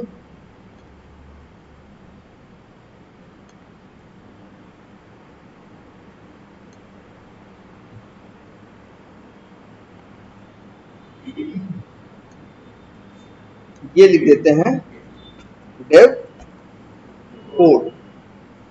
और वो भी कैसा? जैसे मान लो जावा में अगर डेवलपमेंट हो रहा है तो जावा में क्या बनाए गए? क्लास और मेथड। ये यहां मेथड्स क्या क्या बनाए गए? जैसे मेथड्स बनाए गए, एक मेथड बनाया गया तुम्हारे आंख के सामने है। जैसे एक मेथड है क्या? क्रिएट। जैसे एक काम है क्या? क्रिएट अकाउंट क्रिएट करना। तो उसके लिए डेवलपर क्या बनाएगा? एक मेथड। भाई तुमको हम ऑटोमेटिक करने के लिए कहते हैं मेथड बनाते हो ना। डेवलपर को काम रहेगा कि भैया उसमें रहेगा कि अकाउंट बनाएगा, कोड लिखो। क्या करेगा? कहां लिखेगा कोड? तो सब लिखेगा। अरे क्लास में क्या बनाएगा? मेथड बनाएगा। मेथड का क्या नाम रखेगा? बोलो। क्रिएट खाना तो नहीं कर देगा ना?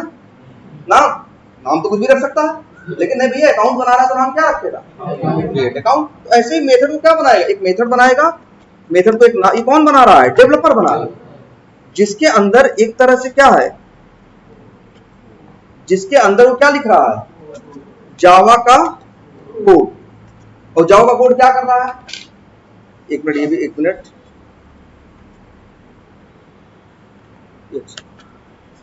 ये जावा का क्या लिख रहा है यहाँ पे? जावा का कोड जो यूज कर रहा है किसका? एसक्यूएल की क्वेरी का। कौन सी क्वेरी?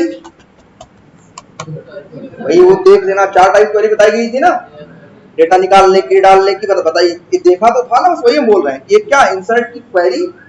जो डेवलपर का कोड होता है, जावा का कोड एक क्या करता है? इंसर्ट की क्या चलाता है? क्वेरी चलाता है। और क्वेरी चलाने के बाद वो जाके डेटा वहां क्या कर देता है? स्टोर कर देता है। हो सकता है यहां से कुछ रिटर्न करता हो सकता है रिटर्न न करता। मान लो यहां से कुछ रिटर्न नहीं कर रहा, तो बस फिर देखो ध्यान से। अब यहां से, अच्छा एक मिनट पहले तो इसको देखो।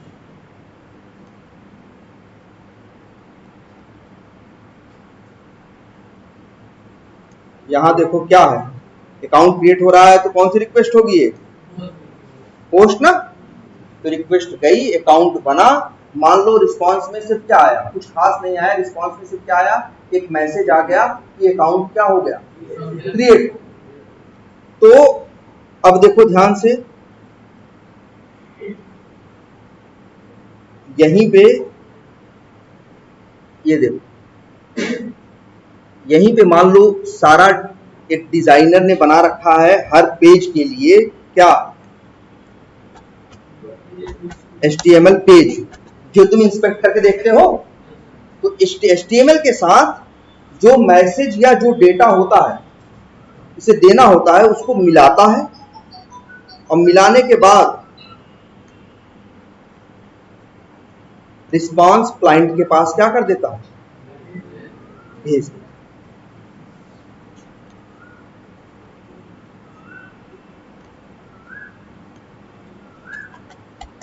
और जो ये रिस्पॉन्स रिक्वेस्ट भेजा और रिस्पॉन्स आया, जो यहां से डेटा ट्रेवल करके वहां गया, वहां से यहां आया, इसके लिए इसने यूज किया किसका? HTTP protocol. इसके लिए क्या यूज किया? किस प्रोटोकॉल का यूज किया? HTTP। ठीक है, और सिक्योर्ड है तो HTTPS का। इतनी बात समझ में आ रही है सबको? ऐसा ही हर क्लाइंट के साथ हो रहा है। हाँ बता रहे हैं, इतनी बात समझ में आई? इसमें कोई दिक्कत? और अच्छा हाँ, डेटा कहां से आ रहा है? पीछे यहीं बगल में क्या रखा है? मान लो डेटा बेस। डेटाबेस कैसा होता है? टेबल की तरह होता है ना? कैसा? जैसे टेबल नहीं होती और यहां लिखा रहता है फर्स्ट नेम, लास्ट नेम, जो चीजें होती हैं सब कॉलम बने होते हैं कि नहीं होते हैं? सबने डेटाबेस देखा है ना? ये देखो ऐसे करके क्या होते हैं? ऐसे ही कॉलम होते हैं। तो बस होता क्या है, देखो ध्यान से। अब यहां से रिक्वेस्ट गई, कहां पहुंचा? सीधे किसके पास पहुंचा? मेथड के पास। मेथड ने क्या किया? देखो ध्यान से, मेथड ने क्या किया? डेटाबेस में डेटा क्या किया? स्टोर किया। जो रिस्पॉन्स था वो HTML के साथ मिलाया और उसको क्या कर दिया? रिस्पॉन्स यहां से क्या कर दिया? भेज। रिस्पॉन्स में क्या है? HTML पेज है। HTML पेज का, HTML का क्या है? HTML का कोड है और प्लस क्वेरी का रिजल्ट डेटा। या क्वेरी का होगा ना जैसे रिजल्ट, कुछ हो सकता है किसी क्वेरी के जैसे इंसर्ट का रिजल्ट नहीं होता तो कुछ नहीं होगा, और जिसका रिजल्ट होगा भाई जैसे जो सिलेक्ट होती है वो रिजल्ट लेके आता है, और इंसर्ट वाला क्या करता है? बस स्टोर करता है, कोई रिजल्ट नहीं आता। तो अगर सिलेक्ट वाली होगी तो रिजल्ट आएगा, वो HTML के साथ मिलाएगा और भेजेगा। और अगर कोई रिजल्ट नहीं होगा तो सिर्फ HTML में इतना मैसेज भेज देगा कि भैया अकाउंट क्या हो गया। यही काम तो हो रहा है ना? एक काम करते हैं जरा, इसको एक छोटी सी चीज यार, एक मिनट। ये डेटाबेस तो समझ रहे थे,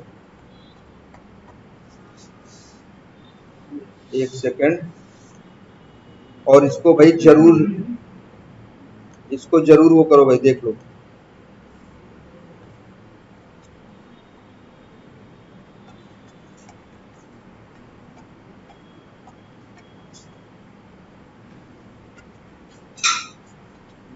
ये चलो भाई, तुम्हारा डेटाबेस हो गया ना? और ये मेथड जो है क्वेरी चला के इसी डेटाबेस से या तो इसमें डेटा डालता है या तो इसमें से डेटा निकालता है। जब डेटा इसमें पड़ेगा डेटाबेस में तो पोस्ट है, और जब आएगा तो क्या है? गेट। और इसके बाद ये मान के चलो यहां पे वो क्या कर रहा है? क्या बना रहा है? HTML। और प्लस जो जो भाई क्वेरी का क्या होगा? क्वेरी का जो रिजल्ट आएगा ना, जो उसका डेटा होगा, जैसे एक मेथड चलता है, जैसे क्रिएट अकाउंट है बना रहा है, ऐसे गेट अकाउंट है जो डिटेल लेके आ रहा है सारे अकाउंट के डिटेल, और फिर वो HTML के साथ मिला के तुमको पेज पे क्या कर रहा है? दे रहा है, तुमको दिखाई दे रहा है। ये चीज समझ में आती है भैया? ये आप लोग की ड्यूटी है सबसे पहली, इस क्लास को और एक जो सर्वर को लेके लिखी क्लास, ली गई क्लास, दोनों लोग कॉपी पेन लेके बैठो, ढंग से पूरा स्ट्रक्चर आर्किटेक्चर ढंग से समझ डालो। कोई इशू हो पूछ डालो, लेकिन ये समझना एकदम मस्ट। और करोगे क्या एक वेब बेस्ड एप्लीकेशन? जब इसका एकदम ढंग से समझ डालो भाई क्या होता है और क्या। और ये क्या है आपका?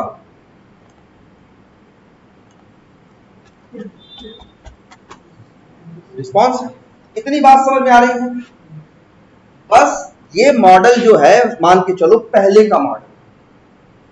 अब एक काम और कर दिया गया, सर्वर पे एक चीज बना दी गई। क्या?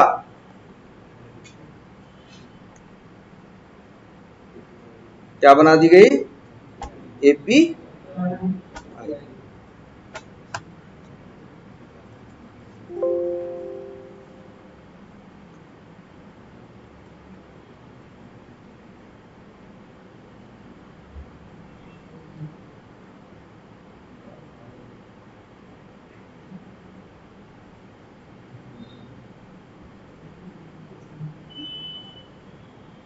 ये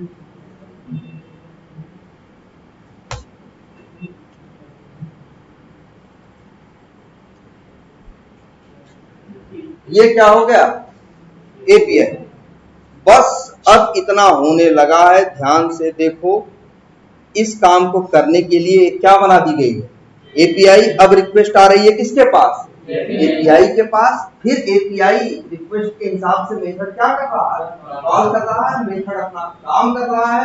अगर कुछ रिजल्ट है तो एपीआई रिजल्ट को ले रहा है और बाद में उसको एचटीएमएल के साथ मिला के भेज दिया जाता है। बस बीच में जो सिर्फ पहले मेथड था, कोड था, अब बीच में एक चीज और आ गई है, क्या? एपीआई। बात समझ में अब आई कुछ? एपीआई क्या है? एपीआई बस मिडिल में एक और लेयर बना दी। क्लियर है इतनी बात? बोलो। कुछ नहीं, वही कोड है भाई, वही काम है, वही सब कुछ है। बस बीच में ये एपीआई नहीं दी, ये एपीआई डाल दी। अब सबके दिमाग में आ रहा होगा कि यार ये क्या कर दिया, जब पहले काम चल रहा था तो इसको डालने की जरूरत क्या थी? बात नंबर 1 है ना। और ये बात समझ में आई, ये क्या है? एपीआई ऐसा काम क्या है ये बताओ। पहले ये क्लियर कर लो, काम क्या है? क्लाइंट की रिक्वेस्ट को लेना, फिर उसके हिसाब से अंदर मेथड कॉल करना, फिर मेथड के रिजल्ट को लेना और देना, बाद में उसको एचटीएमएल के साथ मिला के वापस क्या कर देना, बाकी भेज देना। इसका काम बीच में यही था कि सर्वर की रिक्वेस्ट को आप खुद लेना और उसके हिसाब से चीजों को क्या करवा देना, मैनेज करवा देना, चलवा देना और फिर जो रिजल्ट आए उसको दे देना। क्लियर है इतनी बात? है ना? ये मिडिल मैन ऐसा ही होता है ना कि भाई काम इनको करना है, भाई करना इनको है, बीच में क्या होता है? वो एक बंदा होता है मीडिएटर या मिडिल मैन या मिडिल लेयर, होती है कि नहीं होती है? तो सेम वही एक मिडिल लेयर यहाँ पे क्या कर दी गई है? जोड़ दी गई है, बना दी।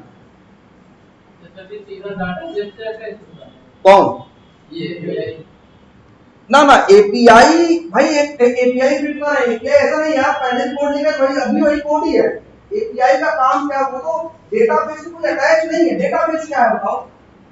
कहीं रखा है ना, उसकी लोकेशन है ना। अगर तुमको उसकी लोकेशन पता है, डेटाबेस का नाम पता है और क्या पता है तुमको, टेबल का नाम पता है, ये सब चीजें पता है, तुम डेटाबेस से डेटा क्या कर सकते हो? निकाल सकते हो। कोई नहीं निकाल सकता। हम यहीं बैठे हैं। अगर हमें फ्लिपकार्ट के डेटाबेस के सर्वर का क्या मिल जाए, एड्रेस मिल जाए और हम उसको एक्सेस कर पाए और हमको क्या मिल जाए, यूजर नेम मिल जाए, पासवर्ड मिल जाए, वीपीएन मिल जाए, ये 5-6 चीज हमें दे दो, हम तो निकाल ही लेंगे। आखिर ये जो डेटाबेस से अटैच करना, डेटाबेस निकालना तो उसका काम हो गया। डेटाबेस से निकालने के लिए क्वेरी चलाने के लिखने के लाइन आ नहीं है, बस एक दो लाइन और लिखनी है कि डेटाबेस से कनेक्ट करना। तो लाइन में कोड होता है जो डेटाबेस से क्या कर देता है। तो ये कहां, ये कौन करेगा?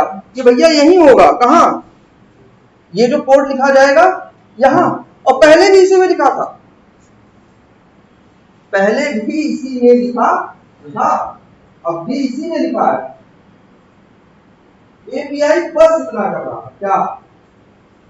रिक्वेस्ट को बीच में ले रहा है ना, और फिर उनको क्या कर रहा है?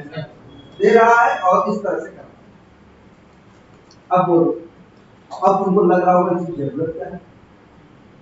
अब तुम्हें लग रहा होगा इसकी जरूरत क्या है? जब डायरेक्ट काम हो ही रहा था, तो बात बीच में किसी मिडिल मैन की जरूरत नहीं क्या? अच्छा, बिजनेस के हिसाब से सोचते हैं।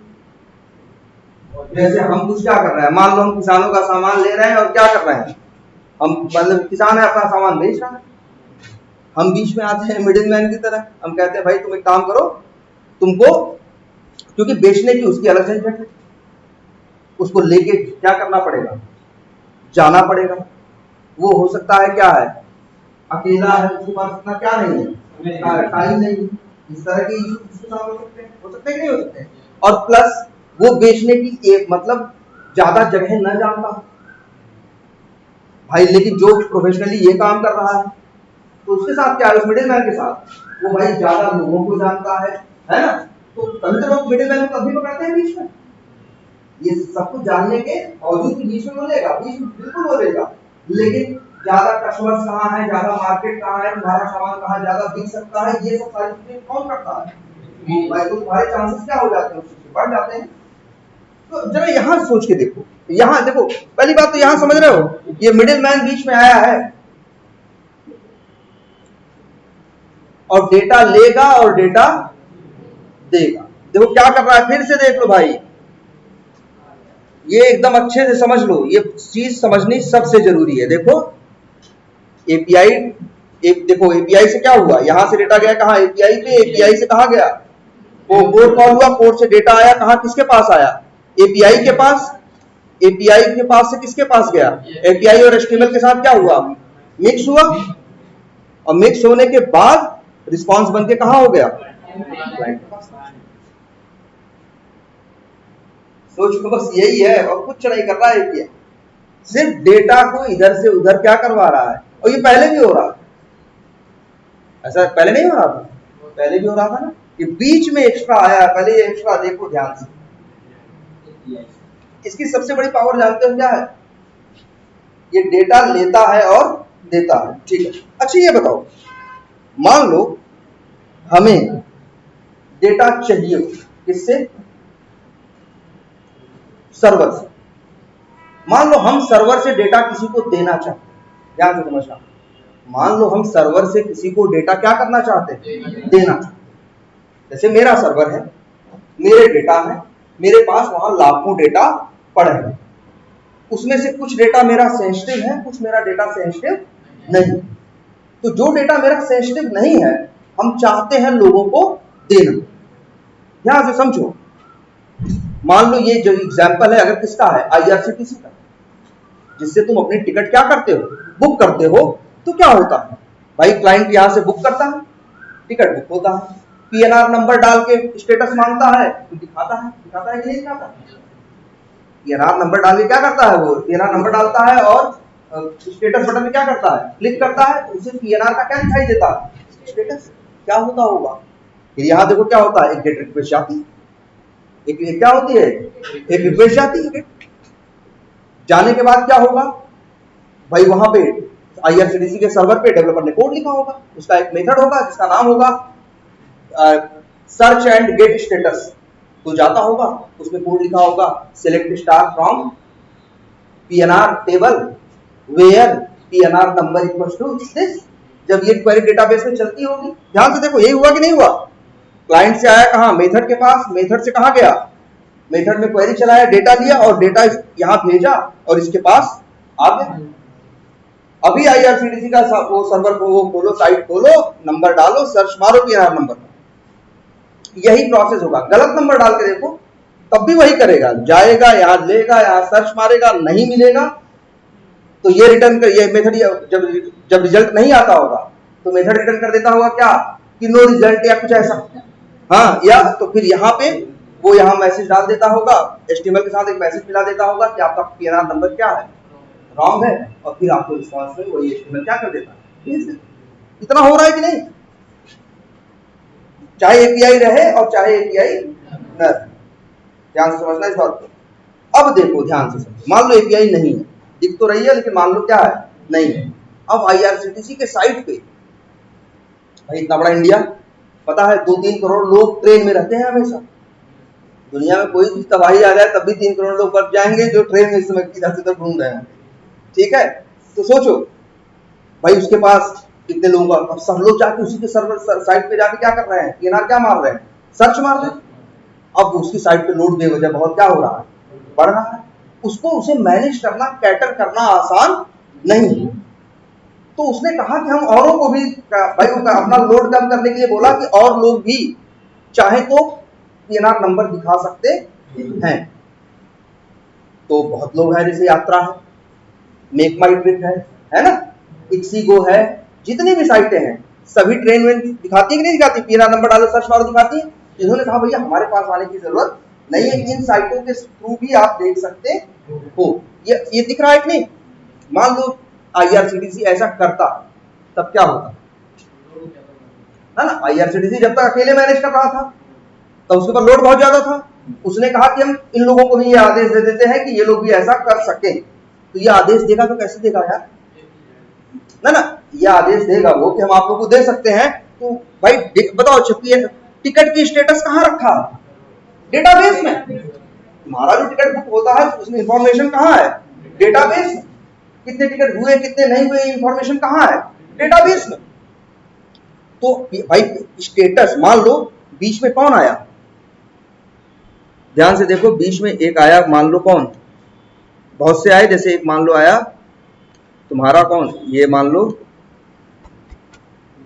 यात्रा आया, मेक माई ट्रिप मतलब MMT आया, इस तरह से करके क्या आए, बहुत से लोग और आए कि तो इसने कहा, ध्यान समझना, IRCTC वालों ने कहा कि यात्रा और MMT हम तुमको भी वो दे रहे हैं, मतलब तुम्हें भी ये राइट अधिकार दे रहे हैं कि तुम लोग भी टिकट दिखा सको।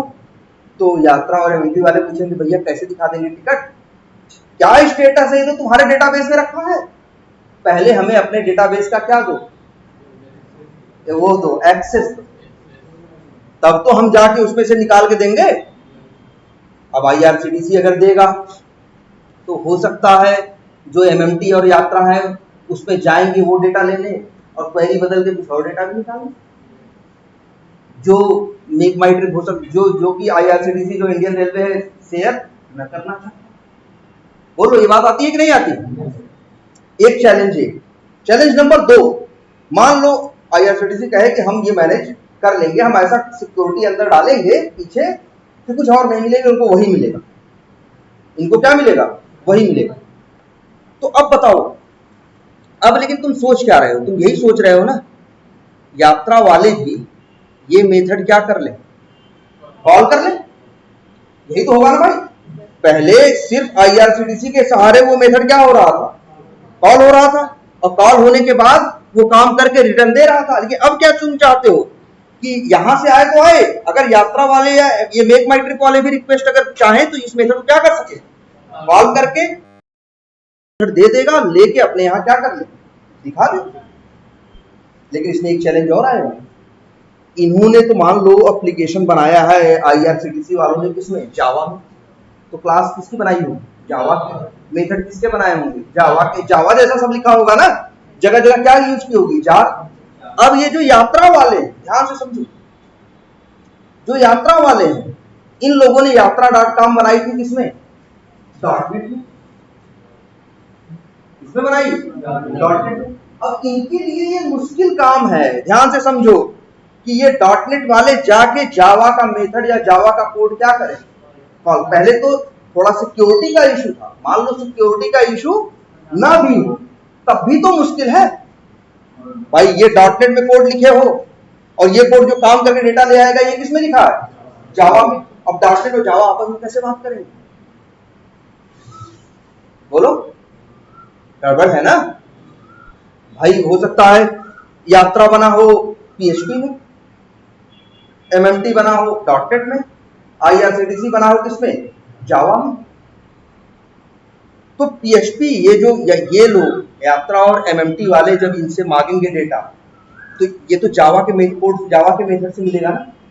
अगर मान लो IRCTC दरिया दिली दिखाए दे दे कि ले जाओ मेरा सर्वर, तुम लोग यूज, सर्वर और डेटाबेस की इंफॉर्मेशन तुम लोग यूज कर सकते हो, तुमको जो अधिकार है और जो यूजर नेम पासवर्ड है हम तुमको सब क्या कर रहे हैं, दे दे।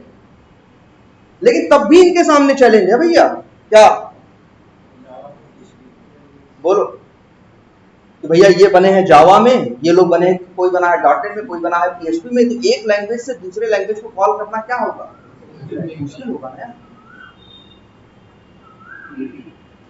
इसीलिए तो बीच में कौन आया, एक ही है। इसकी सबसे बड़ी पावर जानते हो क्या है, ये बोला ना, ये क्या करता है, डेटा लेता है, काम करवाता है और फिर रिजल्ट को तुम्हें देता है। डेटा लेता है, सबसे बड़ी पावर जानते हो क्या है, ये डेटा और डेटा को लेना और देने का जो फॉर्मेट है, जो तरीका है, वो बहुत सिंपल रखता है। ध्यान से समझो, एपीआई क्या है, जिसका काम क्या है, सिर्फ डेटा लेना और देना।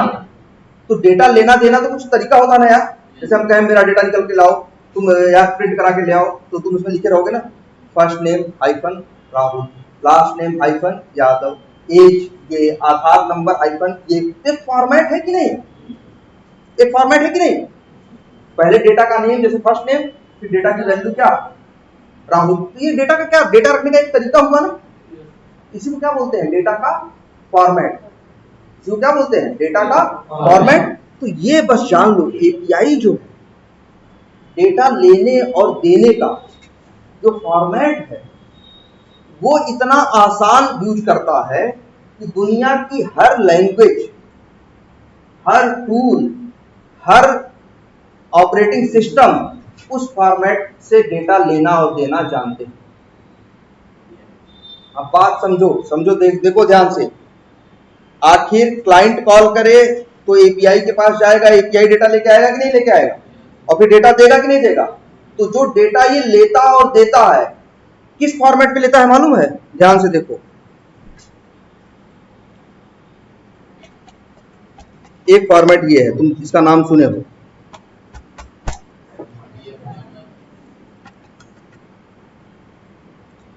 क्या, एक्सएमएल सुने हो, देखे हो, एचटीएमएल देखे हो, जो इंस्पेक्ट करते दिखाई देता है टैग टैग वाला।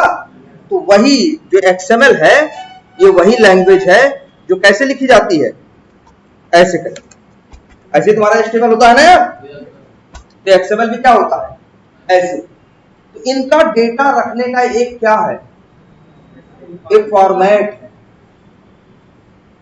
एपीआई की जानते सबसे बड़ी ताकत क्या है, बस इतनी कि एक डेटा रखने का, जिसे कहते हैं ना सर्वविदित, मतलब जिसे कहते हैं दुनिया का, जिसे हर कंप्यूटर, हर सॉफ्टवेयर, हर जानता हो, उसको किसको जानता है, एक्सएमएल।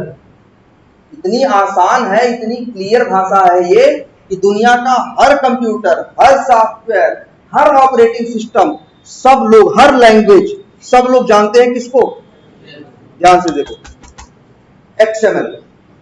सभी लोग जानते हैं किसको, एक्सएमएल।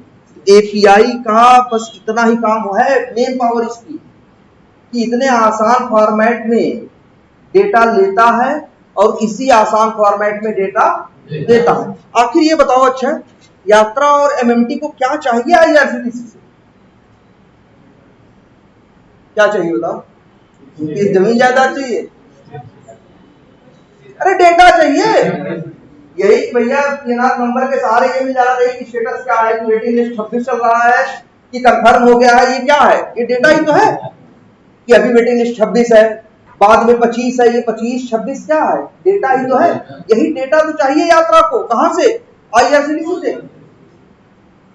तो जानते हो एपीआई बस क्या करता है, एपीआई बस ये करता है, एक निश्चित फॉर्मेट में, जो कौन सा है, एक्सएमएल, इसी फॉर्मेट में डेटा लेता है और इसी फॉर्मेट में डेटा देता है। तो भले ही नहीं, ध्यान से समझो, भले नहीं जानता, ये डॉटनेट में बना है, ये जावा में बना है, ये डॉटनेट में बना है और ये किसमें बना है, जावा में बना है। दोनों एक दूसरे को नहीं जानते, लेकिन एक्सएमएल को दोनों जानते हैं।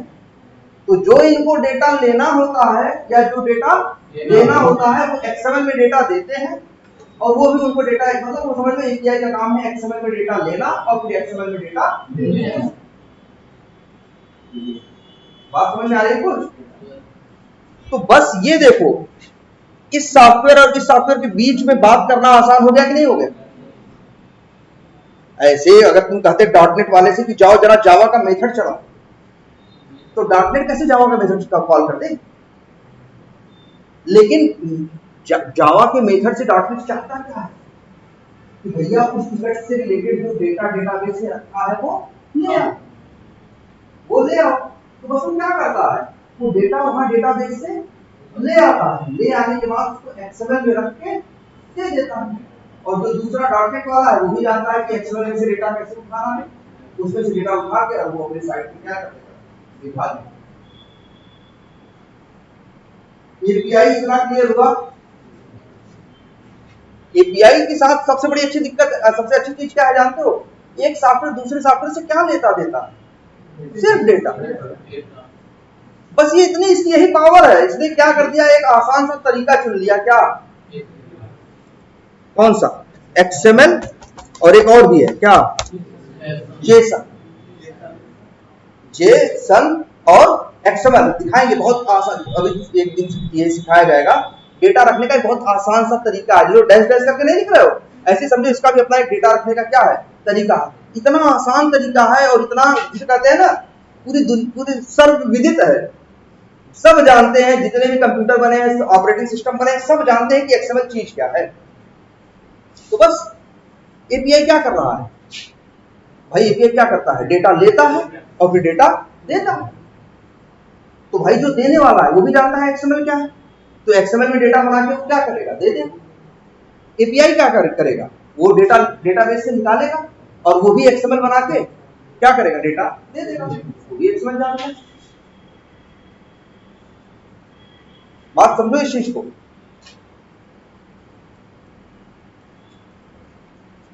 तो काम करो पहले, लेकिन जरा इस चीज को एकदम फिर ढंग से तैयार करो यार। इसको यहीं पे